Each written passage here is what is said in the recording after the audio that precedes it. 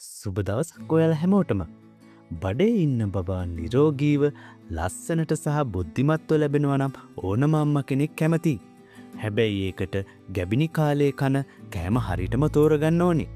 අද මම කියන්නේ ගැබිනි අම්මලාට අනිවාර්යෙන්ම ගුණ දෙන පළතුරු පහක් ගැන. හැබැයි මතක තියාගන්න. මේ පළතුරු පහ ගුණ උනත් ගැබිනි කාලේදී කොහොමටවත් නොකෑ යුතු බබාගේ ජීවිතයට අවදානමක් ගෙන පළතුරු කිහිපෙකුත් තියෙනවා. ඒ භයානක පළතුරු මොනවද කියලා මම මගේ ඊළඟ වීඩියෝ එකෙන් විස්තරාත්මකව කියනවා. ඒ නිසා ඒ වීඩියෝ එක මගහැර ගන්නේ නැතුව බලන්න දැන්ම අපේ channel එක subscribe කරලා තියාගන්න. පළවෙනි එක අලිගැට peer. මේකේ තියෙන folate බබාගේ මොළේ වර්ධනයට සහ ස්නායු පද්ධතියේ නිරෝගී බවට අංක 1. ඒ වගේම අම්මාගේ සම ලස්සන කරන්නත් ගැබිනි කාලේන අධික මහන්සි නිවන්නත් අලිගැට peerවල තියෙන ගුණදායක මේදේ උදව් වෙනවා. මේක කද්දී අධික ලෙස සීනි හෝ උකු කිරි දාලා කන්න එපා. ඒකෙන් අම්මාගේ සීනි මට්ටම අනවශ්‍ය විදියට වැඩි වෙලා බබාටත් හානි වෙන්න පුළුවන්. දවසකට භාගයක් විතර සීනි නැතුව කන්න. අංක 2 පැණි දොඩම්. මේකේ තියෙන විටමින් C අම්මව ලෙඩ රෝග වලින් බේර ගන්නවා වගේම බඩේ ඉන්න බබාගේ සම පැහැපත් කරලා නිරෝගී කරන්නත් මාරම විදියට දායක වෙනවා. ඇඟට යකඩ අවශෝෂණය කරගන්නත් මේක මාරම ගුණයි. හැබැයි මතක තියාගන්න කඩෙන් ගන්නා කෘතිම දොඩම් ජූස් වර්ග බොන්න එපා. ඒවායේ තියෙන රසායනික ද්‍රව්‍ය අම්මට වගේම බබාටත් අගුණයි. පෝෂණය උපරිමයෙන් ලබා ගන්නම් ගෙඩියක් විදියටම කන එක තමයි හොඳම ක්‍රමය. අංක 3 ඇඹුල් කෙසෙල්.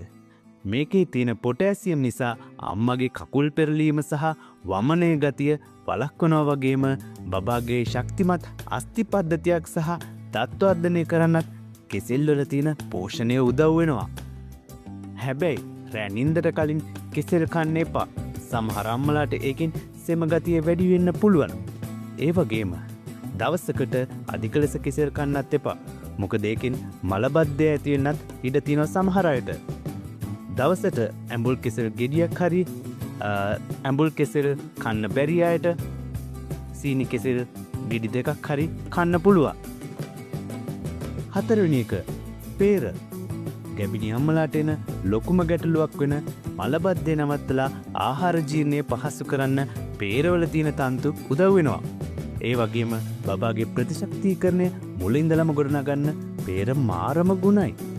හැබැයි peer කනකොට මදේ තියෙන ඇට ටික අයින් කරලා කන එක අම්මලාගේ ජීර්ණයට වඩාත් සුවදායකයි. ඒ වගේම බඩේ අමාරු ඇතිවීමත් වළක්වනවා. පස්වෙනි එක නෙල්ලි.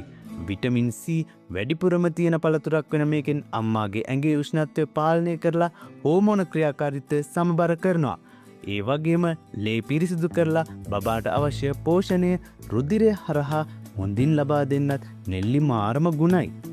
දවසකට නෙල්ලි ගෙඩි එකක් හෝ දෙකක් කෑම ප්‍රමාණවත්.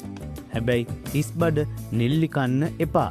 නෙල්ලි වල තියෙන අධික ආම්ලික ගතිය නිසා බඩේ දැවිල්ල හෝ ગેස්ට්‍රයිටිස් වගේ තත්ත්වයන් ඇති වෙන්න පුළුවන්. අවසාන වශයෙන් මේ තුරුතුරු මම ඔයාලට ඉදිරිපත් කරන්නේ ඔයාලගේ සාමාන්‍ය දැනුම සඳහා. ඔයාලගේ සෞඛ්‍ය තත්ත්වය අනුව මේ අවශ්‍යතාව වෙනස් වෙන්න පුළුවන් නිසා කිසිම කෑමක් අලුතෙන් ආහාර වලට එකතු කරගන්න කලින් අනිවාර්යෙන්ම වෛද්‍ය උපදෙස් ලබා ගන්න. මම වීඩියෝ එකේ මුලදී කිව්වා වගේ ගැබිනි අම්මෙක් නොකෑ යුතු භයානක පළතුරු මොනවද කියලා දැනගන්න මගේ ඊළඟ වීඩියෝ එකත් එක්ක එකතු වෙන්න. මේ වීඩියෝ එක තවත් අම්මෙක්ට බලන්න දැන්ම ෂෙයා කරන්න.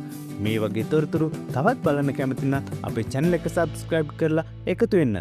ඔයාලා හැමෝටම නිරෝගී ලස්සන දරු සම්පතක් ලැබේවා. තෙරුවන් සරණයි.